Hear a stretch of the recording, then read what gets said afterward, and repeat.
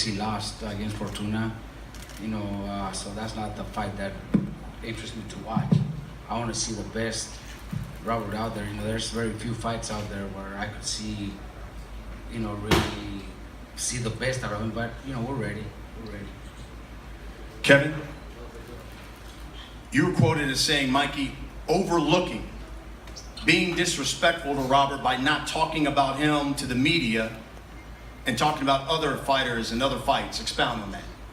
Well, I mean, it's obvious that, basically, for the last couple of weeks, they're talking more about Earl Spence and Lomachenko than, as opposed to talking about this fight on Saturday night with Robert Easter Jr. So I look at that as disrespect and overlooking. But I think he's got a seasoned trainer. And Mikey's a pro. So, I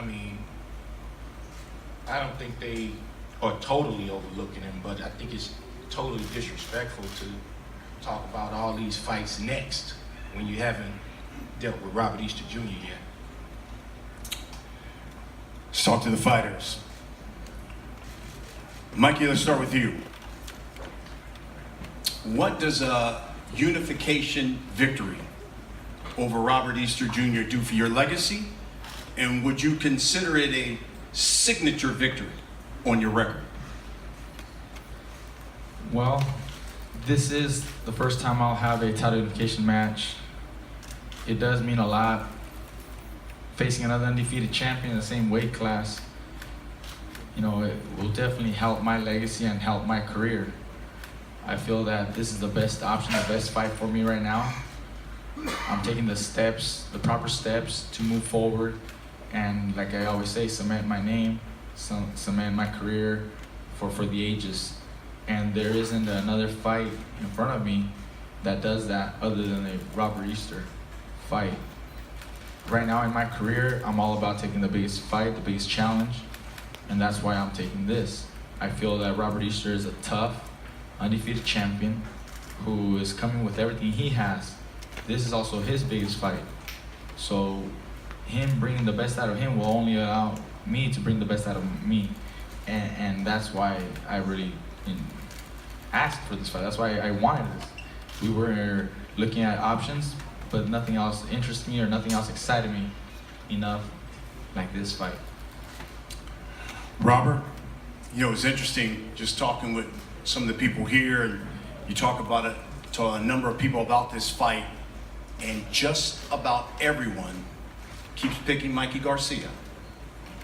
Does that upset you? Does that motivate you?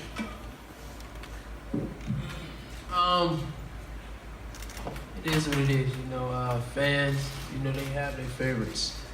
You either gonna pick one of the guy or the other, So we did what we had to do in training camp to prepare for this fight, and July 28th, you will see.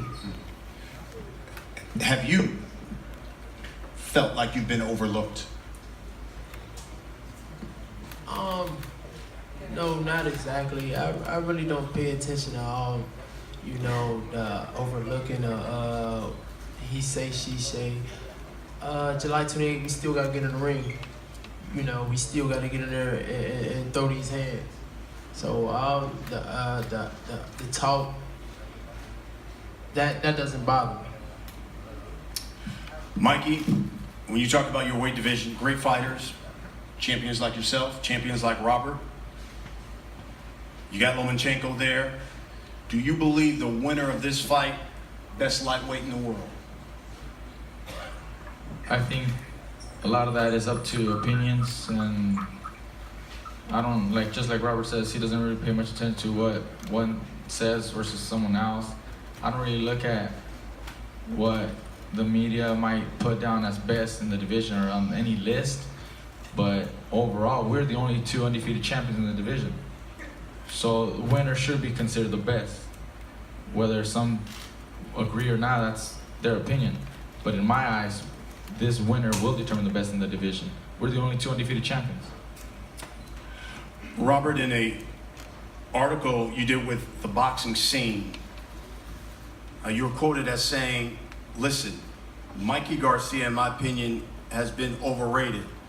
Who's really the big name he's beaten? You really believe that? Of course, the only big name he has beaten is Adrian Bronner. You know, everybody knows that, you know.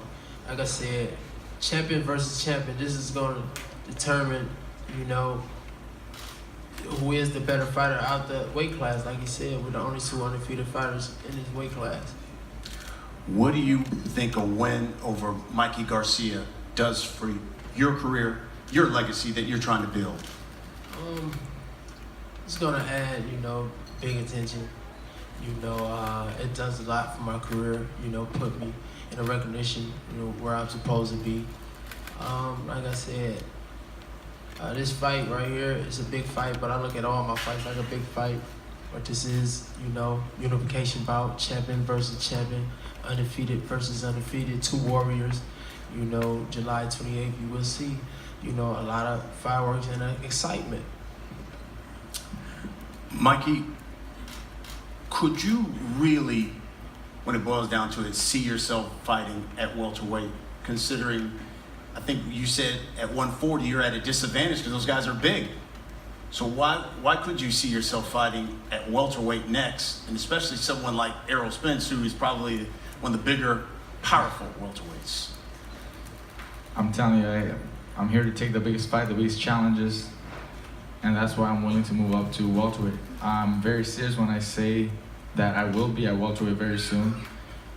I really look forward to taking on someone like Errol Spence for that reason, because everybody says don't do it. It's the biggest threat, the biggest challenge. I'm way out of my league trying to go there. You know, that's what actually excites me and motivates me the most. I want to prove everybody the kind of fighter that I am. And I haven't had those opportunities yet. I've been fighting, you know, champions and undefeated champions, but it seems like I'm always the favorite. It seems like my accomplishments don't get enough credit sometimes because, well, you're supposed to win. You're supposed to beat that guy.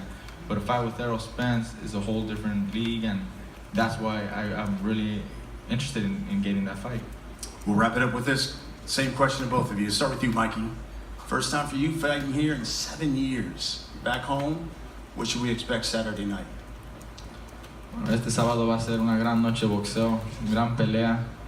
Estaré peleando aquí por primera vez en 7 años, que es bonito regresar aquí a casa, sentir el apoyo de todo mi público, todo aquel que no ha podido ir a mirarme a mis otras peleas en otros estados, ahora sí pueden venir y disfrutar aquí en vivo, aquí en Los Ángeles. Estoy muy contento, muy agradecido de que mi oponente aceptó venir aquí a Los Ángeles. Una gran pelea, en realidad 2 campeones, 2 invictos, vamos a pelear. No puedo estar más contento.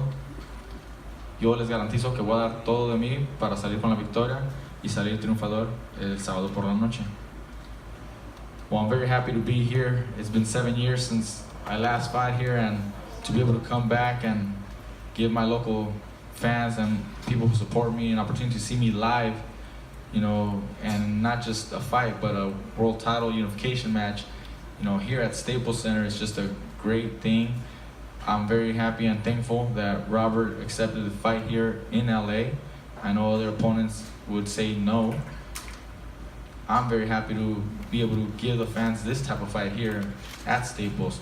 You know, now I'm coming back as a world champion, and I get to unify the titles here in front of my home crowd, hometown. You know, there's nothing better that I could ask for. This is it, and I'm ready to do everything it takes to win. And I guarantee everybody I'm gonna do everything in my part to come out victorious and unified champion on Saturday night. And Robert, we'll end it with this. This place is kind of special to you too. Last time I looked, you made your professional debut in LA at Staples. Now you have the opportunity to unify. What should we expect Saturday? Oh yeah, it's been a long time. Like I said before, you're gonna get a lot of action, a lot of excitement July 28th. And just expect the unexpected. Before we face off the fighters, we're going to take a couple of questions from members of the media. Mike Hoppinger, Ring Magazine. A question for Robert. When you hear Mikey here talking about